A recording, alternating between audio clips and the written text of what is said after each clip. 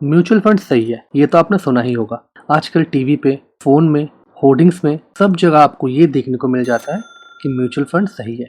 मगर बहुत लोगों को अभी तक ये पता ही नहीं है कि म्यूचुअल फंड्स एक्चुअली होते क्या है। सो इस वीडियो में मैं प्रीतम चंद्रा दे आप सभी को म्यूचुअल फंड्स के बारे में कुछ बेसिक्स बताऊंगा और कुछ डाउट्स क्लियर करूंगा। तो चलिए शुरू करते हैं।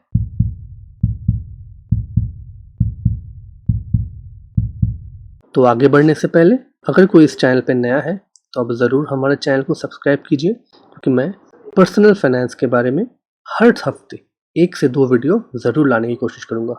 म्यूचुअल फंड्स के बारे में सुनते ही एक आम इन्वेस्टर सबसे पहले यही सोचता है कि क्या म्यूचुअल फंड सेफ है। इसमें मेरा विचार जानने से पहले चलिए हम लोग कुछ म्यूचुअल फंड्स के हिस्टोरिकल चार्ट उठा के देखते हैं कि ये स्टार्टिंग से लेके अभी तक कैसा परफॉर्म किया है। आगे बढ़ने से पहले एक चीज़ मैं आप लोगों को ज़रूर बताना चाहूँगा कि कोई भी म्यूचुअल फंड की लॉन्ग टर्म चार्ट देख के आपको किसी भी कंक्लूजन में जंप नहीं करना चाहिए, क्योंकि ज़्यादातर एक आम इन्वेस्टर एसआईपी के द्वारा निवेश करता है। तो एसआईपी के द्वारा निवेश करने से ये एडवांटेज होता है कि जब भी मार्केट गिरता है आपको थोड़े यूनिट्स ज़्यादा मिलते हैं, तो उस हिसाब से आपको लंबे अवधि में थोड़े ज़्यादा रिटर्न आने के चांसेस रहते हैं। तो सबसे पहला चार्ट यहाँ पे है SBI मैग्नम ग्लोबल फंड का। आप देख सकते हो कि ये फंड जब से शुरू हुआ है तब से लेके अभी तक कितना सुंदर रिटर्न दिया है। एक बहुत ही ब्यूटीफुल चार्ट पैटर्न है लंबे अवधि में। चलिए और एक चार्ट देखते हैं। ये जो चार्ट है वो है HDFC टैक्स सेवर फंड का। आप इसमें भी देख सकते हो पहले की चार्ट के जैसा इसमें भी एक बहुत अच्छा अप ट्रेंडिंग पैटर्न मिलेगा आपको। ऐसे ही आप किसी भी म्यूचुअल फंड का चार्ट उठा के देख लो, आपको एक अप ट्रेंडिंग चार्ट ही मिलेगा। वो क्यों? क्योंकि म्यूचुअल फंड्स बहुत ही अच्छे से आपके फंड को मैनेज करते हैं। जो कंपनी अच्छा कर रही है उसको खरीदते हैं, जो कंपनी बुरा कर रहा है उसको बेच भी देता है, जो कि हम और आप डायरेक्टली नहीं कर सकते। इसीलिए एक म्यूचुअल फंड में इन्वेस्ट करना इतना सेफ होता है। इतने सारे पॉजिटिव्स के बाद भी एक आम आदमी के मन में म्यूचुअल फंड्स के रिलेटेड कुछ ना कुछ डर रह ही जाता है। और वो क्यों? आपने भी कभी ना कभी अपने पापा से या अपने कोई फूफा से या अपने मामा से किसी ना किसी से ये ज़रूर सुना होगा कि स्टॉक मार्केट बहुत ही ख़राब जगह है और वहाँ पे सिर्फ गैम्बलिंग होता है। एक शेयर मार्केट कोई जुए का अड्डा नहीं है, वहाँ पे आप रातों रात अमीर नहीं बन सकते हो। ये बात आप जितनी जल्दी समझ जाओ उतना ही आपके लिए अच्छा है। इसीलिए जब भी आप कोई भी इक्विटी में निवेश करते हो आपको हमेशा लंबे अवधि के लिए निवेश करना चाहिए, और ये चीज़ इक्विटी म्यूचुअल फंड्स के लिए भी लागू होता है। आपको बाजार में बहुत सारे म्यूचुअल फंड्स के स्कीम मिल जाएंगे, और अगर आप उसमें से सबसे खराब स्कीम भी चुन ले तब भी आपको फिक्स्ड डिपॉजिट से ज़्यादा रिटर्न मिलता है, करीब 9 से 10%। और अगर आप बहुत अच्छा कोई म्यूचुअल फंड चुन ले तो उसमें आपको करीब 15 से 18% या फिर कुछ में तो 20% तक रिटर्न चला जाता है, और ये सब कंपाउंडेड रिटर्न होता है। तो आप समझ सकते हो कि इसमें अगर आप बहुत खराब भी कर रहे हो तब भी आपको नॉर्मल FD से बहुत ज़्यादा रिटर्न मिलेगा। आप एक इक्विटी म्यूचुअल फंड से ऑन एन एवरेज लंबे अवधि में करीब 12 से 15% का कंपाउंडेड एनुअल रिटर्न एक्सपेक्ट कर सकते हो। यहाँ तक देखने के बाद मैं आशा करता हूँ कि म्यूचुअल फंड्स को लेके आपका डर दूर हो गया होगा। तो इसी बात पे एक लाइक तो ज़रूर बनता है। अब चलिए एक आम आदमी की भाषा में ये समझते हैं कि म्यूचुअल फंड्स होते क्या है और आप घर बैठे कैसे म्यूचुअल फंड्स में इन्वेस्ट कर सकते हो। यहाँ मैं आपके म्यूचुअल फंड्स को लेके और एक मिसकंसेप्शन दूर कर देता हूँ। बहुत लोगों को ये लगता है कि म्यूचुअल फंड्स सिर्फ इक्विटी में निवेश करता है, मगर वो सही नहीं है। एक म्यूचुअल फंड इक्विटी के साथ साथ गोल्ड, रियल एस्टेट, बॉन्ड्स और भी बहुत सारे कमोडिटीज में निवेश करता है। म्यूचुअल फंड एक तरीके का पोर्टफोलियो होता है जिसमें एक हाईली क्वालिफाइड फंड मैनेजर आपके पैसे को आपके लिए मैनेज करता है, और ऐसे ही बहुत सारे म्यूचुअल फंड्स के अलग अलग पोर्टफोलियोज होते हैं जिससे हम म्यूचुअल फंड स्कीम्स बोलते हैं। अब चलिए 2-3 आसान उपाय के बारे में बात करते हैं जिससे कि आप म्यूचुअल फंड्स में इन्वेस्ट कर पाओ। सबसे सरल उपाय इसमें ये है कि आप किसी भी नेशनलाइज्ड बैंक के ब्रांच में जाके भी ये कर सकते हो। इसके अलावा बहुत सारे म्यूचुअल फंड्स के खुद के ब्रांचेस होते हैं, आप उस ब्रांच में भी जाके ये चीज़ कर सकते हो। यहाँ पे आपको एक चीज़ का ध्यान ज़रूर रखना पड़ेगा कि आप जब भी किसी बैंक से या कोई एजेंट के थ्रू म्यूचुअल फंड में निवेश करते हो आपको डायरेक्ट म्यूचुअल फंड में निवेश करने का ऑप्शन नहीं मिलता है। उस एजेंट को एक छोटा सा कमीशन देना पड़ता है, और लंबे अवधि में ये छोटा सा कमीशन एक बहुत बड़ा अमाउंट बन जाता है। इसीलिए आपको घर बैठे ऑनलाइन निवेश करना चाहिए।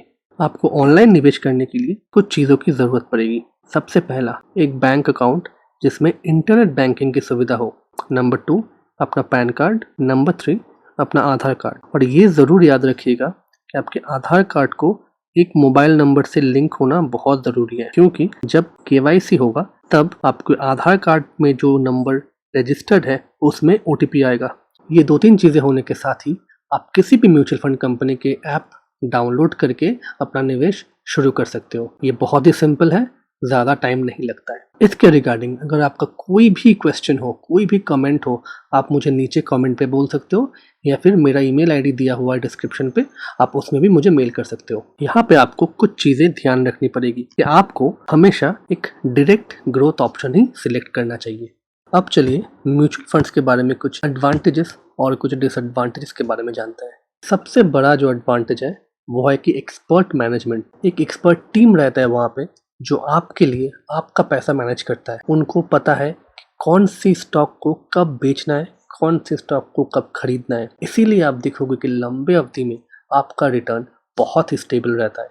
और ये काम करने के लिए वो एक चार्ज आपसे लेते हैं, वो है एक्सपेंस रेशियो। वो करीब करीब 1 से लेके मैक्स टू मैक्स 2% तक होता है। और ये एग्जिट लोड एनएवी के साथ ही एडजस्टेड होता है, तो आपको किसी को भी अलग से कोई पेमेंट नहीं करना पड़ेगा। अब आते हैं सेकंड एडवांटेज पे, जो कि है आपको छोटे छोटे अमाउंट में निवेश करने का मौका मिलता है। मिनिमम 500 रुपीज़ से भी आप अपना एसआईपी शुरू कर सकते हो। तीसरा एडवांटेज, आपको सिर्फ एक ही बार अपने बैंक को, या फिर अगर आप ऑनलाइन करते हो तो ऑनलाइन मैंडेट देना पड़ता है कि हर महीने आपके बैंक से वो अमाउंट काट लिया जाए। और ये चीज़ लाइफ टाइम तक वैलिड रहती है। ऐसा नहीं है कि आपको हर साल इसको रिन्यू करना पड़ेगा। तो आप एक बार एसआईपी चालू करके छोड़ दो, जब तक आपको पैसा नहीं निकालना है तब तक एसआईपी चलता रहेगा। नेक्स्ट एडवांटेज है एसडब्ल्यूपी। एसडब्ल्यूपी मतलब systematic withdrawal plan.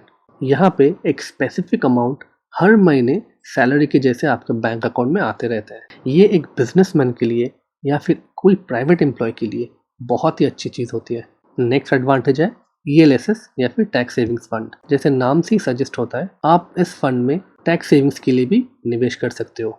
Tax savings fund के बारे में एक चीज़ ज़रूर ध्यान रखना कि इसमें 3 साल का लॉक इन पीरियड होता है। आप 3 साल तक पैसे नहीं निकाल पाओगे। और सबसे बड़ा एडवांटेज है easy liquidity. Redemption order place करने के बाद 2 से 3 वर्किंग डेज में आपके बैंक अकाउंट में पूरा पैसा आ जाता है, जो कि रियल एस्टेट या फिजिकल गोल्ड के मुकाबले बहुत अच्छा है। अब चलिए एक दो डिसएडवांटेजेस के बारे में भी बात करते हैं। एक मेजर नेगेटिव पॉइंट है एग्जिट लोड्स। एग्जिट लोड्स तभी चार्ज होता है जब आप किसी टाइम फ्रेम के अंदर अपना पैसा उस फंड से निकाल लेते हो। ये हर एक फंड के लिए अलग अलग है, तो आप निवेश करने से पहले एग्जिट लोड के बारे में ज़रूर देख लेना। म्यूचुअल फंड्स का और एक एस्पेक्ट जिसको मैं डिसएडवांटेज मानता हूँ वो है कंजर्वेटिव अप्रोच, और इसके लिए रिटर्न्स जो है वो भी थोड़े कम हो जाता है। इसको मैं एक डिसएडवांटेज के तौर पे देखता हूँ। इसका ये मतलब कभी भी नहीं है कि इसको आप भी एक डिसएडवांटेज के तौर पे देखो। अगर आप एक कंजर्वेटिव इन्वेस्टर हो तो ये चीज़ आपके लिए पॉजिटिव भी हो सकती है। ये तो गया एडवांटेजेस और डिसएडवांटेजेस की बात। अब चलिए कुछ जनरल पॉइंट्स पे ध्यान देते हैं कि आपको क्या करना चाहिए, क्या नहीं करना चाहिए। सबसे इम्पोर्टेंट बात, आपको अपना एसआईपी कभी बंद नहीं करना चाहिए। कोई इमरजेंसी के लिए आपको बंद करना पड़े वो बात अलग है, बट इन जनरल आपको हमेशा एसआईपी चालू रखना चाहिए। स्पेशली इस समय पे जब मार्केट इतना गिरा हुआ है, आपको एसआईपी अपना कभी भी बंद नहीं करना चाहिए। हो सके तो थोड़ा अमाउंट आप बढ़ा सकते हो ताकि आपको कम दाम में और ज़्यादा यूनिट मिले। फिर जब मार्केट बढ़ जाएगा आप अपना एसआईपी का अमाउंट थोड़ा थोड़ा करके घटा सकते हो। और दूसरा पॉइंट, जैसे जैसे आपका इनकम बढ़ रहा है वैसे वैसे आप धीरे धीरे एसआईपीज़ के अमाउंट भी बढ़ाते रहो। और निवेश करने से पहले अपने फैमिली के साथ बैठ के अपने गोल्स डिसाइड कर लो, और हर एक गोल के लिए आप एक म्यूचुअल फंड शुरू कर सकते हो। मगर ये ध्यान रहे आपके पोर्टफोलियो में 3 से 4 म्यूचुअल फंड्स होने चाहिए। इससे ज़्यादा होने से ओवर डाइवर्सिफिकेशन हो जाएगा, उससे आपका रिटर्न भी कम आ सकते हैं। शॉर्ट टर्म फ्लक्चुएशंस या वॉलेटिलिटी से बचने के लिए आपको मैं ज़्यादा से ज़्यादा ईएलएसएस या फिर टैक्स सेविंग्स फंड में निवेश करने का सजेशन दूंगा।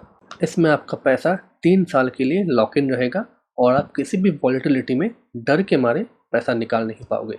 तो अगर आपको ये वीडियो पसंद आया है तो आप प्लीज़ मेरे चैनल को ज़रूर सब्सक्राइब कीजिएगा और इस वीडियो को भी लाइक कीजिए और अपने दोस्तों से ज़रूर शेयर कीजिएगा ताकि उनकी भी म्यूचुअल फंड के रिलेटेड डाउट्स क्लियर हो जाए। अगर आपका अभी भी कोई क्वेरी है या फिर कोई फीडबैक है, आप हमें कमेंट सेक्शन में बता सकते हैं। और इसी के साथ अगले वीडियो तक मैं प्रीतम चंद्रा दे आप सभी से आगे चाहूँगा।